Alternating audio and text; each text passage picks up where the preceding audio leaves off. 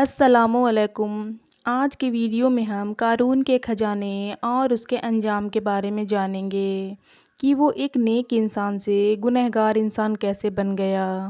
قارون وہی شخص ہے جس کا ذکر قرآن مجید میں عبرت حاصل کرنے کے لیے کیا گیا ہے۔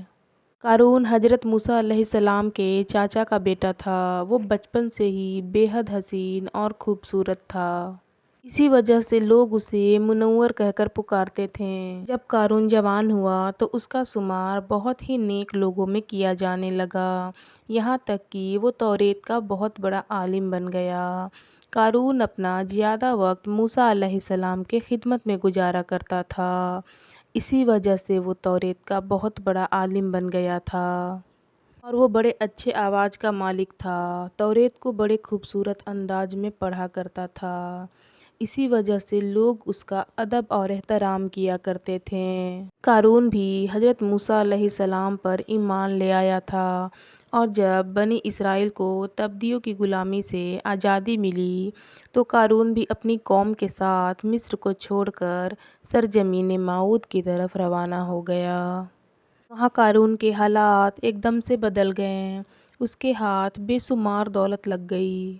دیکھتے ہی دیکھتے وہ اپنی قوم کا سب سے امیر شخص بن گیا۔ وہ سود اور بیاج کا کاروبار کرنے لگا، لوگوں سے فصلیں خرید کر کئی دنوں تک چھپا کر رکھتا اور پھر ان فصلوں کو مہنگے داموں میں بیچتا۔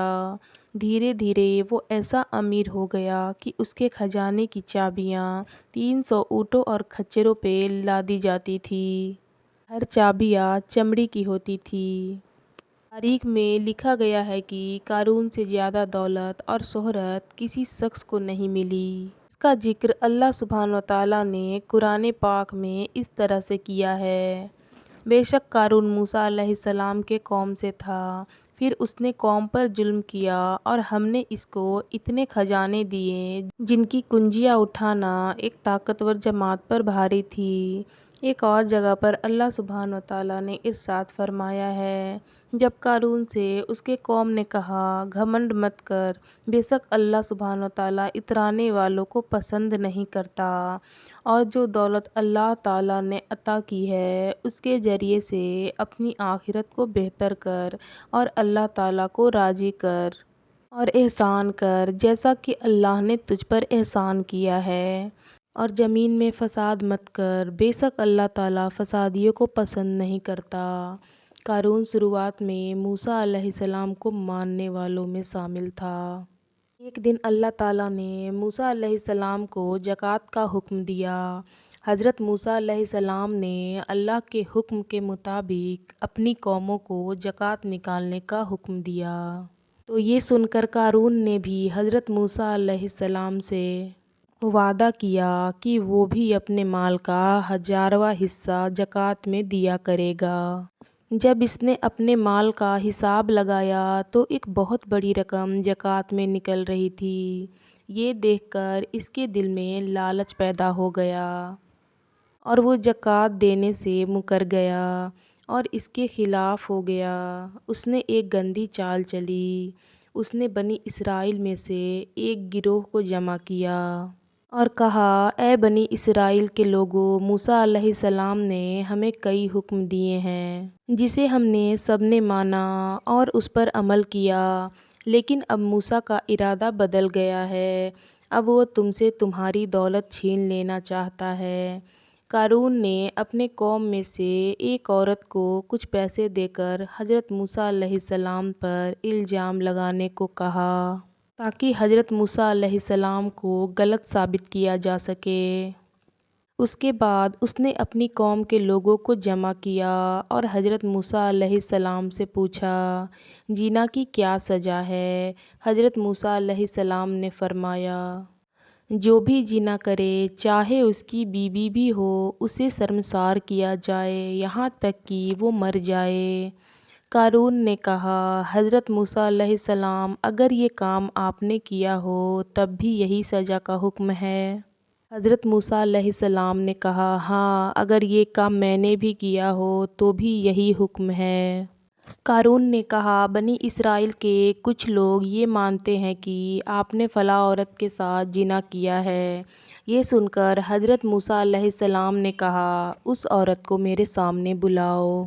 لہٰذا اس عورت کو موسیٰ علیہ السلام کے سامنے لایا گیا۔ حضرت موسیٰ علیہ السلام نے کہا، اے عورت، تجھے اس اللہ تعالیٰ کی قسم ہے جس نے بنی اسرائیل کے لیے دریا کو پھاڑ دیا اور سلامتی کے ساتھ دریا کو پار کروا کر فرعون سے بچایا، سچ بتا کیا معاملہ ہے؟ حضرت موسیٰ علیہ السلام کے جلال سے وہ عورت سہم کر کانپنے لگی اور اس نے پوری مجمع کے سامنے صاف صاف کہہ دیا، اے اللہ کے نبی، مجھے قارون نے بہت سی دولت دے کر آپ علیہ السلام پر جھوٹا الزام لگانے کے لیے کہا۔ یہ سن کر حضرت موسیٰ علیہ السلام اللہ کی بارگاہ میں سجدۂ شکر میں گر پڑے اور سجدے کی حالت میں ہی حضرت موسیٰ علیہ السلام نے یہ دعا مانگی، یا اللہ، قارون پر اپنا قہر اور غضب نازل فرما دے۔ اس کے بعد وہ سبھی لوگ جو قارون کے ساتھ تھے وہ اس سے الگ ہو گئے اور حضرت موسیٰ علیہ السلام نے اللہ تعالیٰ کے حکم سے زمین کو حکم دیا، اے زمین، قارون کو اور اس کے خزانے کو ختم کر دے۔ تو زمین پھٹ گئی، قارون، اس کا خزانہ اور جو اس کے ماننے والے تھے زمین میں دھنسنے لگے اور دیکھتے ہی دیکھتے قارون، اس کا خزانہ اور محل سب کچھ اس زمین میں دھنس گیا۔ جب یہ سب کچھ دھنس گیا تو پھر زمین ویسی ہی ہو گئی جیسے پہلی تھی۔